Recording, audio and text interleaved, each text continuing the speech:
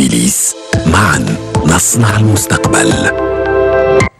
مشاهدينا الكرام، السلام عليكم ورحمة الله تعالى وبركاته. ضمن التيارات شمالية غربية تبقى تحمل نسبة رطوبة عالية نحو المناطق الشرقية، خاصة تخصها نشاط خلايا رعدية، إذن أمطار على شكل زخات رعدية تكون معتبرة محليا نحو المناطق الشرقية مرتقبة خلال يوم الغد بإذن الله. السواحل الوسطى ستشهد بعض الأمطار المحلية، هذا خاصة خلال الصبيحة، بينما المناطق الشمالية الغربية إلى غاية المناطق الداخلية الوسطى ستشهد أجواء مستقرة بعد انقشاع الضباب خلال الصباح الباكر نحو السواحل الغربية. جنوبا أجواء مشمسة على العموم بالجنوب الغربي، رعود منعزلة ستميز شمال الصحراء إلى غاية أقصى الجنوب، مرفوقة ببعض الأمطار الرعدية نحو منطقة الواحد، مع نشاط زوابع رملية نحو كل شمال الصحراء.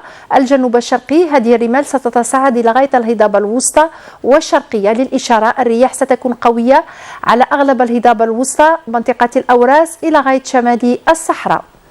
الحرارة خلال ليلة اليوم تتراوح ما بين 10 إلى 16 بالمناطق الشمالية، ما بين 20 درجة بكل الجنوب الغربي إلى غاية شمال الصحراء، إلى غاية 24 درجة بكل الجنوب الشرقي، 30 درجة بالصحراء الوسطى، لن تتعدى 22 درجة بمنطقتي الهوغار والتاسيلي، وال31 كأعلى مقياس بأقصى الجنوب.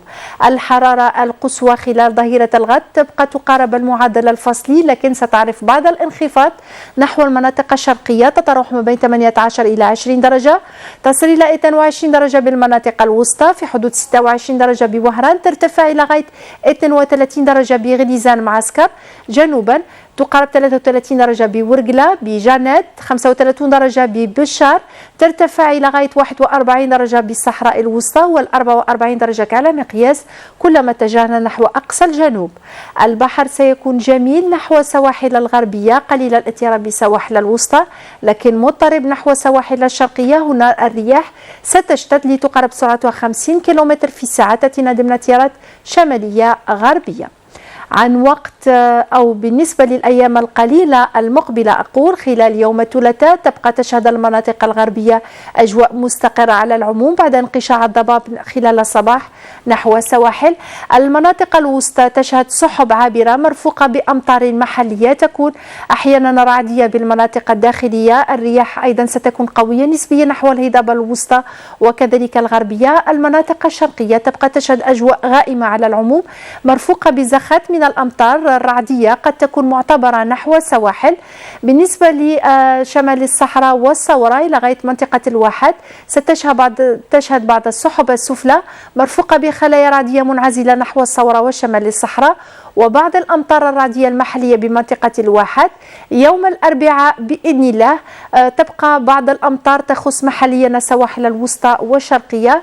السحب السفلى تبقى تخص دائما المناطق الداخلية الوسطى والشرقية، مع أجواء مستقرة دائما نحو المناطق الغربية.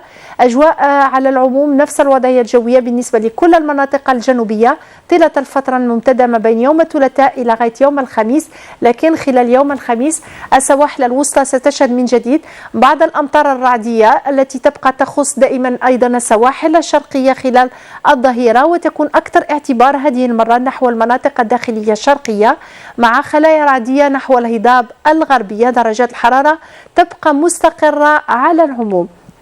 وقت شروق الشمس صبيحة الغد على مستوى العاصمة وضواحيها سيكون في حدود 5 صباحا و47 دقيقة، والغروب على الساعة 7 مساء و41 دقيقة. مشاهدينا أشكركم على حسن المتابعة، وإلى اللقاء.